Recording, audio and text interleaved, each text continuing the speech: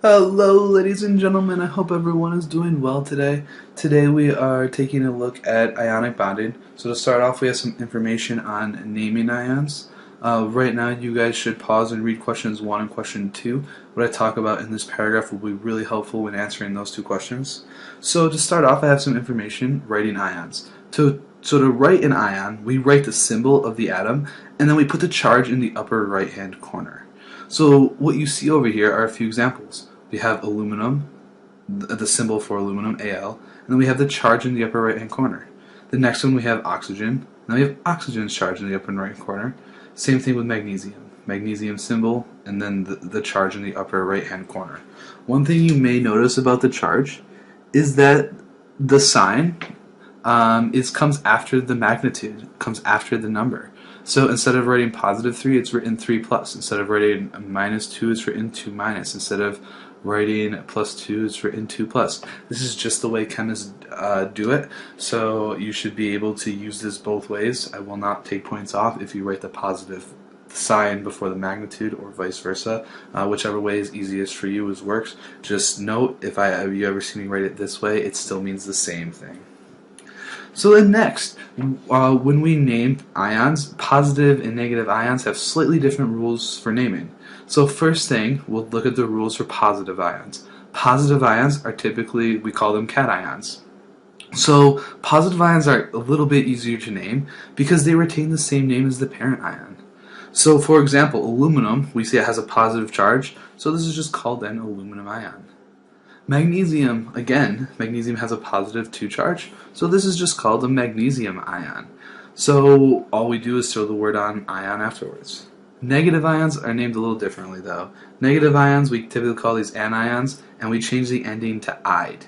So we see oxygen has a minus 2 charge, then we chop off the ending and we add "ide." Again, we see phosphorus right here. Phosphorus has a minus 3 charge, so we chop off the ending to "ide." Typically, when we go to chop off the ending, we chop off the last syllable.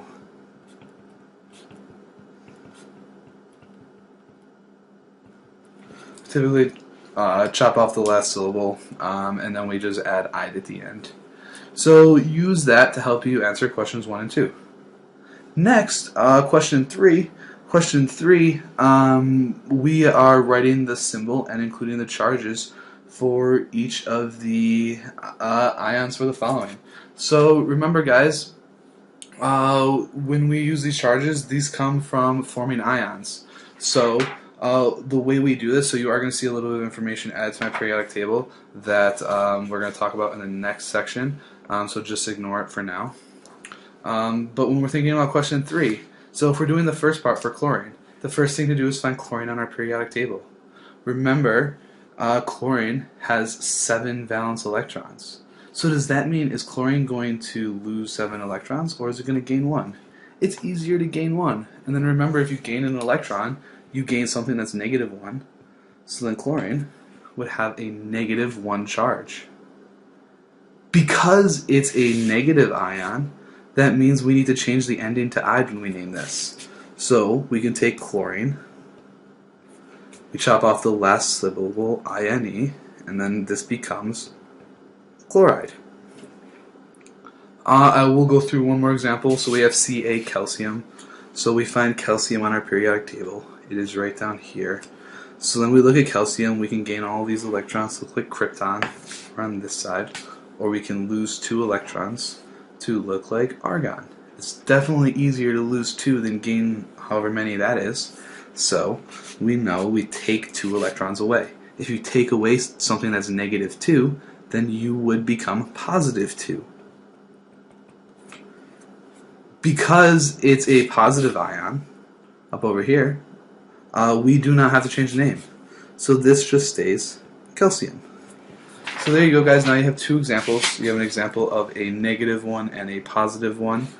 Use your periodic table to figure out the charges. I guess one thing I can do to quickly help you is nitrogen's atomic number is 7, potassium's is 19, sulfur's is 16, and boron is 5. So those will be quick and easy to find for you guys now. So next, we have some information on ionic bonding. So the first type of bond we're going to look at is ionic bonding. Ionic bonding occurs between a metal and a nonmetal. So one of the things that we know that we are going to learn right now is all metals are positive and all nonmetals are negative. So the ionic bonding occurs when two ions of opposite charges attract and bond to each other. Because as we know opposites attract, this is a strong bond. You may have noticed on the periodic table I did have some extra stuff added to it. So down here, just first I had the little makeshift shape of the periodic table. Remember on your one side you have the staircase with your colors after we colored it in. Everything on the left side of that staircase is a metal. Everything on the right side of that staircase is a nonmetal. Remember guys, we learned that we called the positive ions cations. The metals are positive. So that also means everything on this side is called a cation. And then with nonmetals, remember we called them negative. Nonmetals are, start down here. Nonmetals are negative. We call negative ions anions. So everything on this side is also called an anion. So if we look at our periodic table, let me just zoom out a little bit so you can see the entire table. So yeah, you have a staircase over here. I highlighted mine because the colors didn't copy very well. And then on this side we have our metals, on this side we have our nonmetals. So next we have a little information on naming. So when we name ionic compounds, we just combine the two ions names. So you'll see down here we have Na has a positive charge, so we call it sodium ion. Chlorine has a negative charge, so it's chloride ion. So when they're bound together, it becomes sodium chloride. Same thing on the one below it. We have magnesium is positive, fluorine is negative, so we call it fluoride. Then the name becomes magnesium fluoride. Example 3, calcium has a positive 2 charge, nitrogen has a negative 3 charge. So because calcium is positive, the name of the calcium ion is calcium. Because nitrogen is negative, the name of the nitrogen ion is nitride, and then it would combine to form calcium nitride. So as you guys can see, we just combine the two ions' names together. One important thing that you may have started noticing in the compounds is you may have noticed the little numbers. Those little numbers at the bottom are called subscripts, and they tell us how many or how much of each atom are present. So in this example right down here below, Mg3N2, the little 3 and the little 2, those are our subscripts. It tells us that there's 3 magnesiums and that there's 2 nitrogens. So I'll help you with the next few questions, and then you'll be able to work on a few after that. So question 4. We're considering an example NaCl. This is sodium chloride. However, it's not asking us about the name, it's asking us about the charge. So we know that there's one sodium ion, because remember guys, we already learned when there's no number written, we assume it's a 1, and there's already one chlorine. So sodium has a positive 1 charge, and chlorine has a negative 1 charge. So remember guys, it's like the same kind of thing. Whenever there isn't a number written, we assume it's a 1. So that's how I know it's sodium has a positive 1 charge and chlorine has a negative 1. So if you compare a positive 1 to a negative 1, would it be positive, negative, or neutral? And in this case, it would be positive. Sorry, not positive, I don't know why I said positive. It would be neutral, because you would do plus 1 plus negative 1 would equal 0. Next, we have MgF2. So the first few questions are asking us to break this down into its ions. So we need to figure out the charge of the magnesium ion and figure out the charge of the fluorine ion. So remember, we do that using our periodic table. So magnesium can either gain all of the electrons to look like argon, all the way over here, or it can lose 2 electrons to look like neon. It's much easier to lose 2 than gain 6. So that means we would lose 2 electrons, so it would become positive 2. If you take away a negative, it becomes positive. Fluorine is over here. It's already right next to it, has 7 valence electrons, so it only needs to gain 1 to look like neon. That's already a really low number, so we know if we're only gaining 1, you're gaining something that's negative. If you're gaining a negative 1, it becomes negative 1. So now what we need to think about is the overall charge on magnesium and fluorine, magnesium fluoride, MgF2. So remember the subscript right here, the little 2. So that tells us that we have 2 fluorines. So because we have 2 fluorines, and they all have a -1 charge. So we would do 2 times -1 to give us a -2 charge for fluorine. And then we have 1 magnesium. We already know magnesium has a +2 charge, so it's comparing.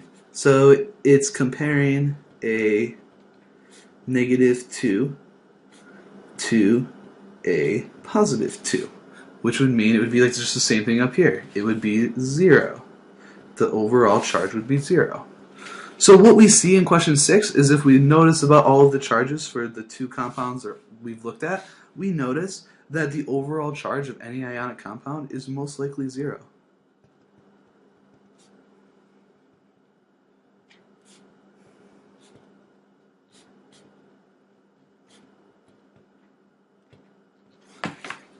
So guys, use what I did to help in question 4, 5, and 6 to help you answer question 7. What I also did would probably end up helping you with question 8. I am going to ask you guys can cross off question 9. Instead of having you guys try to figure out the 2 rules, I'm just going to tell you because they are important. So when we're writing ionic compounds, the 2 rules that we must follow is first, the positive ion must come first in any ionic compound, and second, ionic compounds must be neutral. So we can take these 2 rules and we can analyze a few problems down here. So I always start with rule 1 because rule 1 is easier to look at first. It's easier to identify which one is positive and if it's first in the ionic compound. So that's what we can look down here. I'll help you with A and then you guys can do B and C. So we look at question 1. Is aluminum positive? Because aluminum must be positive because it's first in our ion. So let's go take a look at our periodic table. Remember, we use our periodic table to determine charges. So aluminum's right here. It can either gain 1, 2, 3, 4, 5 to look like argon, or it can lose 1, 2, 3 to look like neon over here. 3 is less than 5, so it's going to lose 3. So remember, aluminum will lose 3 electrons. If you're losing 3 electrons, remember it becomes +3. So that means the positive ion is first. So that means check. It follows question rule 1. So now we need to check and make sure that it's neutral.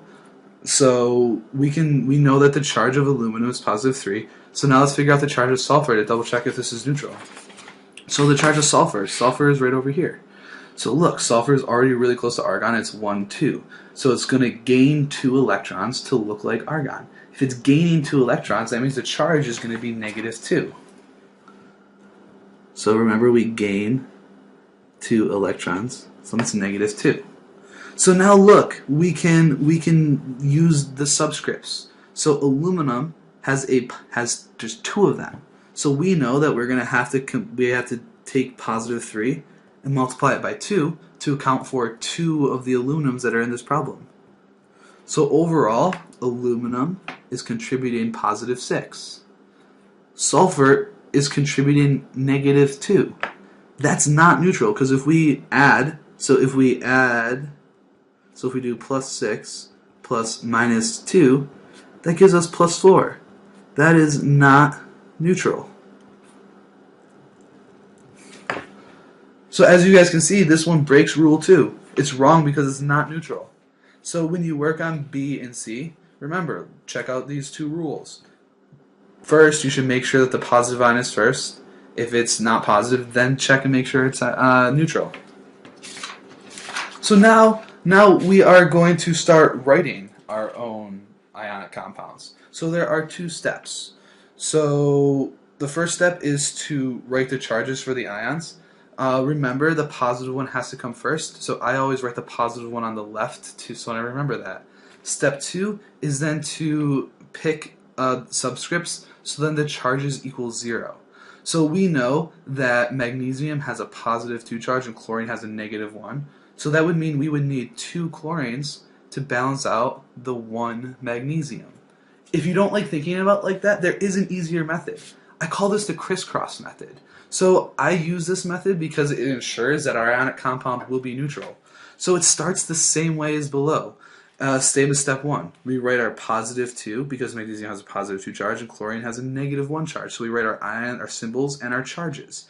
Then I crisscross. So watch, you can see the arrows, but I'm going to highlight them. So I bring this 2 down to the bottom right side of chlorine, and then I bring the 1 to the bottom right side of magnesium.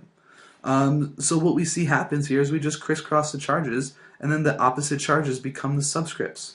So that's how we also get MgCl2. If you use this crisscross method, that always works as well. So you can use whichever one works for you. So now we are going to use the crisscross method to answer a few of these questions. And then it does ask us to name them when we're done. So we have to remember our rules. We need to make sure we keep the positive ion first. So first thing to do is figure out our charges for lithium and chlorine.